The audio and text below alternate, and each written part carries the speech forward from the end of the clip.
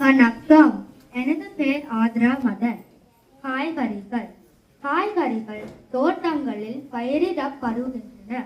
கத்தரிக்காய், வண்டிக்காய், புடலங்காய், பாகற்காய், முருங்கைக்காய், வெங்காயம், பயற்றங்காய் முதலியன காய்கறிகளாகும். இவை சிவப்பு, பச்சை, செம்மஞ்சள், ஊதா, வெள்ளை நிறங்களில் காணப்படுகின்றன. இவை வட்டம், நீளம் போன்ற வடிவங்களில் காணப்படுகின்றன. வெங்காயத்தில் சின்ன வெங்காயம், பெரிய வெங்காயம் என இரு வகைகள் உள்ளன. வெங்காயம் மருத்துவ குணம் கொண்டது. இவை யாவும் நமது தாயகத்தில் விளையும் காய்கறிகளாகும்.